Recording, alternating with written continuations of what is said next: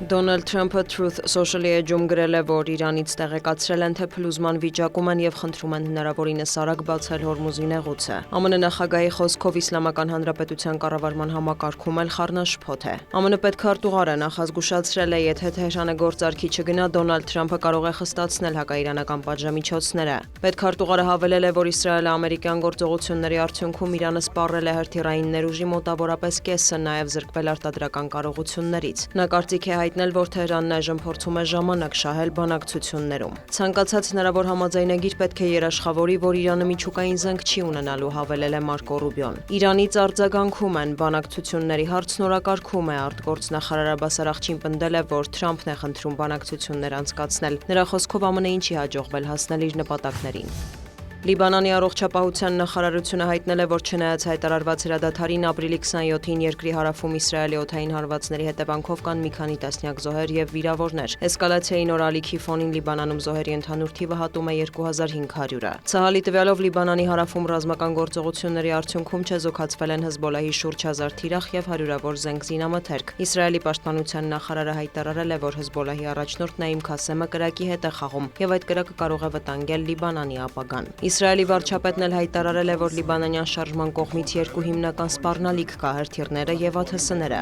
Մենք լուրջ տեխնոլոգիական ջանքեր ենք գործադրում այս խնդիրը լուծելու համար։ Արդյունքում պետք է տեսնենք Հեզբոլլահի զինաթափումը, շեշտել է Բենյամին Նեթանյահուն։ Արաբական Միացյալ Էմիրությունները որոշել է դուրս գալ նավթ արտահանող երկրների կազմակերպությունից OPEC-ից եւ OPEC+-ից։ Դա ինքնիշխան որոշում է, հիմնված երկրի ռազմավարական եւ տնտեսական երկարաժամկետ ռազմավարության վրա ասված էներգետիկայի նախարարության հաղորդագրության մեջ։ Նախարարությունից կարծիք են հայտնել, որ դա էական ազդեցություն չի ունենա նավթի շուկայի վրա, որոշումն ուժի մեջ կմտնի մայիսի 1-ից։ Այժմ կազմակերպությանն անդամակցում է 13 երկիր, OPEC-ից Աբու Դաբիի դուրս գալու հետևանքներն ըստ ԶԼՄ-ների կքննարկվեն հունիսին կառույցի անդամ երկրների հանդիպմանը։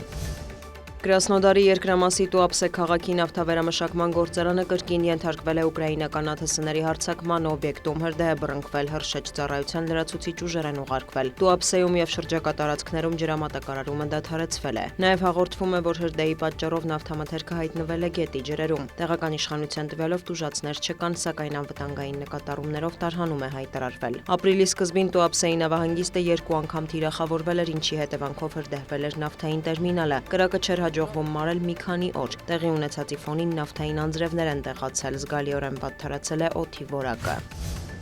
Ուկրաինայի ԱԳՆ-ը կանչվել Իսրայելի դեսպանը, նրան բողոք են հայտնել Ռուսաստանի վերահսկողության տակ անցած տարածքներից հացահատիկ տեղափոխող նավը Հայֆայի նավահանգստում ընդունելու համար։ Ուկրաինայի արտաքին գործերի նախարարը նշել է, որ Կիևը բարեկամական հարաբերություններ ունի հրեական պետության հետ եւ Ռուսաստանի գողացած ուկրաինական հացահատիկի անօրինական առևտուրը չպետք է խաթարի դրանք։ Սա արդեն երկրորդ նման դեպքն է, զգուշացնում ենք Իսրայելին չընդունել գողացված հացահատիկը, շեշտել է Անդրի Սիբիհան։ Իսրայելի արտաքին գործերի նախարարն արձագանքել է Գիդեոն Սահարը հայտարարել է, կգործեն օրենքին համապատասխան, իսկ ուկրաինական կողմի մեղադրանքները հաստատող որևէ համոզիչ ապացույց չի ներկայացվել։